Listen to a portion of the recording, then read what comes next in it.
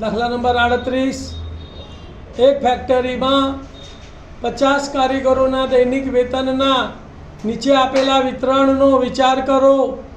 દૈનિક વેતન રૂપિયામાં કારીગરોની સંખ્યા 500 થી 520 પગાર મળે એવા 12 કારીગરો, 520 થી 540 રૂપિયા પગાર મળે એવા 14 કારીગરો, 540 થી 560 રૂપિયા પગાર મળે એવા 8 કારીગરો, 560 થી 580 પગાર મળે એવા 6 કારીગરો, 580 થી 600 રૂપિયા પગાર મળે એવા 10 કારીગરો।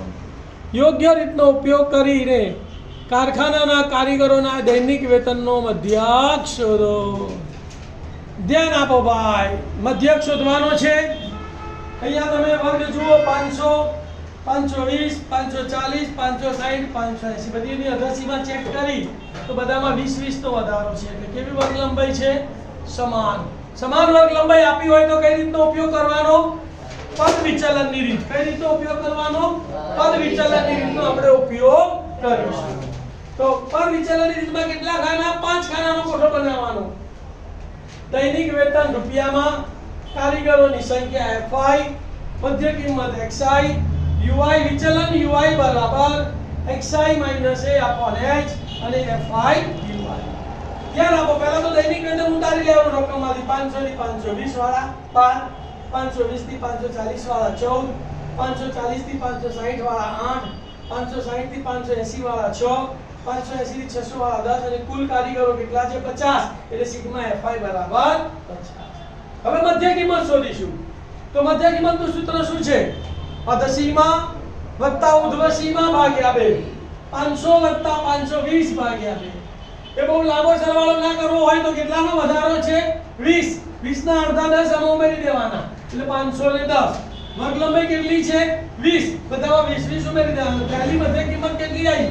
510। પછી 20 ઉમેરો 530 વત્તા 20 550 વત્તા 20 570 વત્તા 20 590। મધ્ય કિંમત શોધતા આવડી ગયું?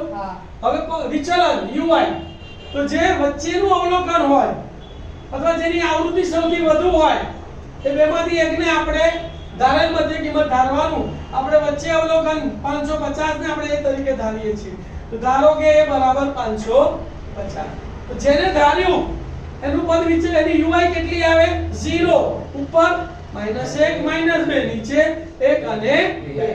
હવે fi ui 12 ગુણ્યા -2 -24, 14 ગુણ્યા -1 -14, 8 ગુણ્યા 0 0, 6 ગુણ્યા 1 6, 10 ગુણ્યા 2 20।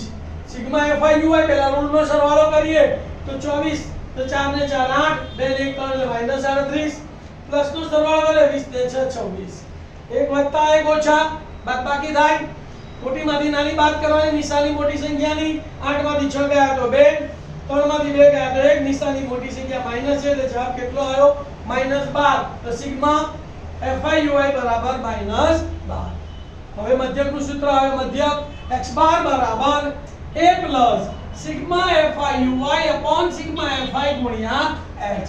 x બાર ના x બાર માટે x બાર બરાબર ના બરાબર એની જગ્યાએ કેટલા લખીશું? 550 વત્તા ના વત્તા સિગ્મા fi ui ની જગ્યાએ કેટલા લખીશું? -12। સિગ્મા fi ની જગ્યાએ કેટલા લખીશું? છેદમાં 50 અને ગુણ્યા વર્ગ લંબાઈ h ની જગ્યાએ કેટલા લખીશું? 20। બરાબર શૂન્ય ગઈ શૂન્ય ગઈ। પછીના સ્ટેપમાં x બાર ના x બાર બરાબર ના બરાબર 550 ના 550 પ્લસ માઈનસ માઈનસ 12 દુ 24 અને છેદમાં 5 24 ભાગ્યા 5 24 ભાગ્યા 5 શીખવાડું તમને। 5 ચોક 20, 24 માંથી 20 ગયા એટલે 4 વધ્યા। હવે ભાગ ના ચાલે તો દશાંશ ચિહ્ન મૂકવાનું, ઉપરથી ઉતારી 0 એટલે 40, 5 8 40, 40 માંથી 40 ગયા 0, તો કેટલો જવાબ આવ્યો?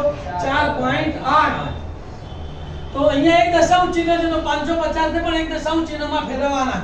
તો માટે x બાર બરાબર 550.0 ઓછા 4.8। બાદબાકી 0 માંથી 8 જાય ના જાય તો દસકો લેવો પડે। તો નજીકની સંખ્યા ઉપર આપણે દસકો લઈએ તો 5 ઉપર 4, 0 ઉપર 9 અને આ 0 ઉપર 10। 10 માંથી 8 ગયા તો 2 દશાંશ ચિહ્નના દશાંશ ચિહ્ન, 9 માંથી 4 ગયા તો 5, 4 ના 4 અને 5 ના 5 અને એકમ શું છે? રૂપિયા। તો માટે x બાર બરાબર 545.2 રૂપિયા। ખ્યાલ આવ્યો બધાને?